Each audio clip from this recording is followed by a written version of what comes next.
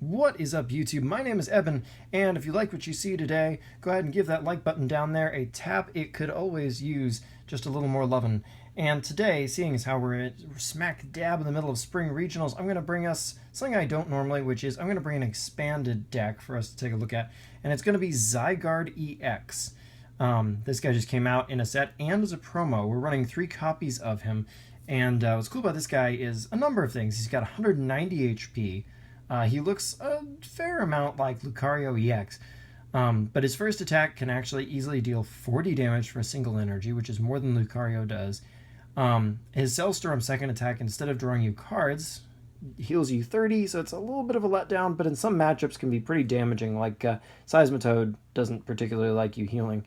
And then lands Wrath here for 3 energy. It's the same 100 damage for 3 energy kind of deal as Lucario.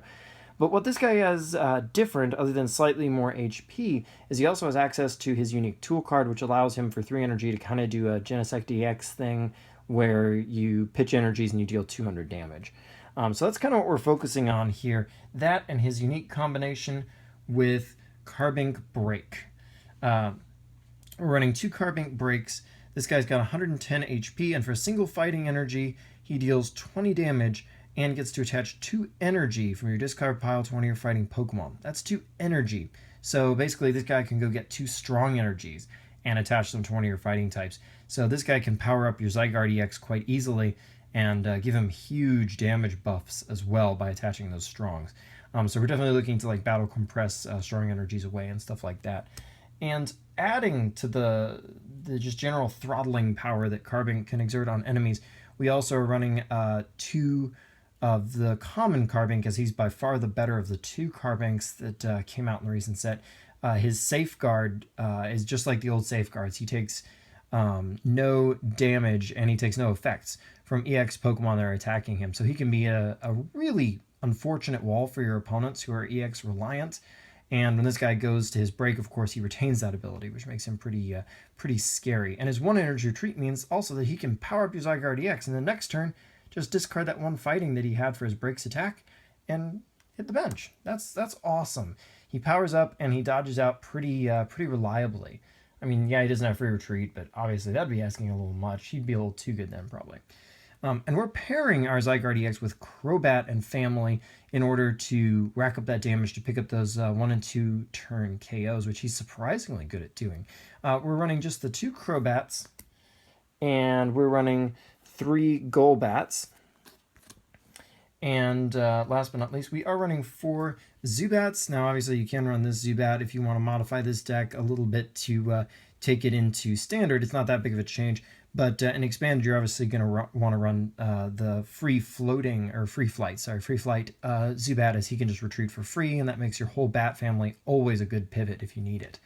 And the 40 HP versus 50 is not really a big deal, but we do want the 4 because we definitely want to get our bat lines on the bench and powering up as quickly as possible. So this maximizes our options. That's why we're running 4. 4-3-2 is pretty good for Crobat family, I found. And in order to give us some good leverage to potentially have some outs in Night March and also in Vespiquen matchups, we are running 1 copy of Stardust Jirachi. And he is also very useful against Toadtina, and those are all kind of the matchups where this deck can struggle, depending on how things go. This guy can definitely swing things into your favor. And last but not least, we are running 2 Shaymins. We're running a lot of Pokemon as it is, so Octillery is clearly a non-option. So it is Shaymin.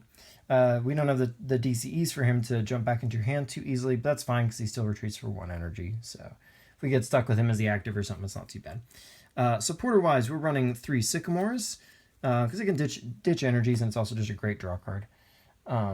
The obvious reasons, in other words, the same old, same old. We're running 2 copies of N, always a fantastic card, now in standard as well, but this is expanded anyway. And speaking of expanded, that allows us to run Colress. We're easily going to have lots of basic Pokemon we're going to want to put on our bench very quickly, and also a couple of evolutions. So between Zubat and Carbink and Zygarde and Shaymin, I mean, there are totally going to be plenty of Pokemon on your bench to take advantage of Colress with. This is going to draw us quite an abundance of cards. It's a great versus Seeker target. Definitely a want in this deck for sure. We're also running 1 copy of Corina. because there's not one fighting Pokemon in this deck we don't potentially want another copy of. Zygarde's our only real attacker, quote unquote. So we definitely want to make sure we have a healthy supply of him if we don't already. And virtually everything we want to tutor in this deck is going to be an item, pretty much. So she's a little bit better than Skyla, in my opinion. But if you really want to, you can run Skyla. She gives you the option to go get your fighting stadium. But I think Korrina's added benefit of getting fighting Pokemon, and like if you have to Sacred Ash, Carbink back into your deck, she can go get it. I like Korrina's flexibility just a little bit more in that way. Kind of up to you, but that's why I'm going the way I am. We're definitely running AZ. It helps pick up our bats so that we can reuse their effects, of course. And Zygarde does his special attack, his All Cells Burn. This allows us to get him out of the active slot really nicely and cheaply. So definitely a useful card for us. And of course, it has the usual utility of getting anything out so that your opponent can't get prizes, blah, blah, blah. We're running one Lysander. Once again, kind of an obvious pick. You can use this very tactically in this deck with Zygarde and even with Carbink to pick up some cool knockouts.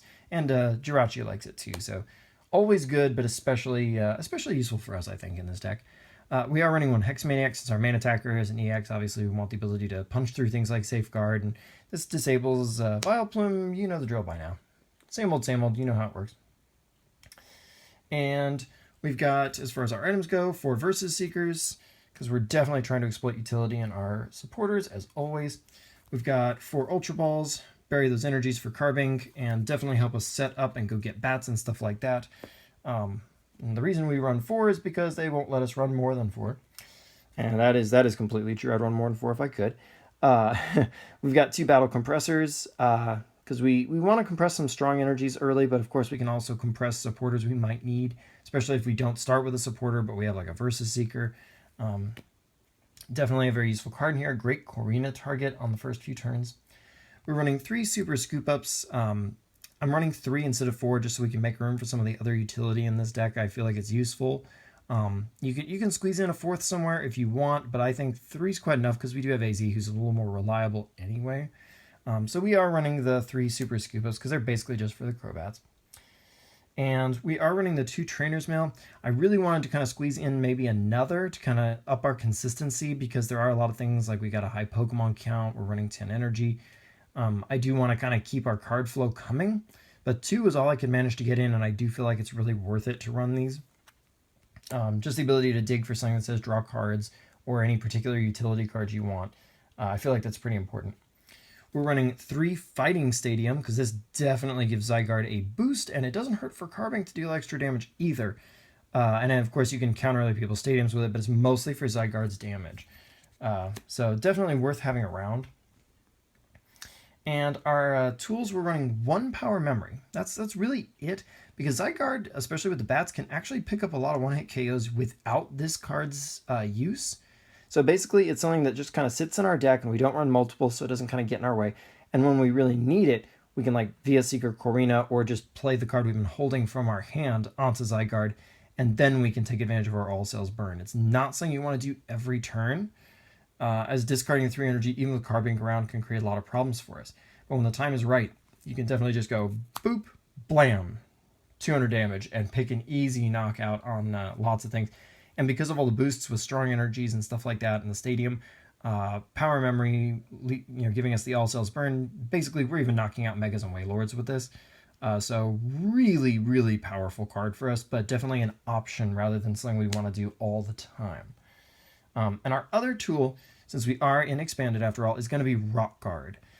This can easily be very powerful with Zygarde, as this can basically force people into the position where to get damage on them, they're going to knock themselves out, and then you get a free hit with Zygarde, which is outstanding, and you might even be able to turn that into an extra KO with bats and things like that. And it can be a good thing to even put on things like, say, Carbink Break. If your opponent has very few ways of dealing with Carbink, they might have to do multiple hits in order to KO it, and this way you can punish them heavily for it, and perhaps even steal an extra knockout or 2. So a very useful tool for us in this deck. We're definitely going to be opting for Rock Guard, and it's good against things like Night March too, of course. And our final item is Sacred Ash. We're running Sacred Ash over the Super Rod. You can run the Super Rod, but I kind of like the ability to put all the bats back in if we have to burn a bunch of them early, stuff like that, and cycling Carbink. I think we got enough to justify wanting to put 5 back in. And finally, we are running, of course, It should go without saying we're running 4 strong energy for all the obvious reasons. We can cycle them back, so we're not really scared of Zerosic or anything. And then we're running 6 fighting energies because we definitely want to be able to play them out of our hand. So that is our energy count of 10. That is the deck. And if, as always, like, comment, subscribe, check me out on Twitter. Link is below in the description, and I shall see you guys next time.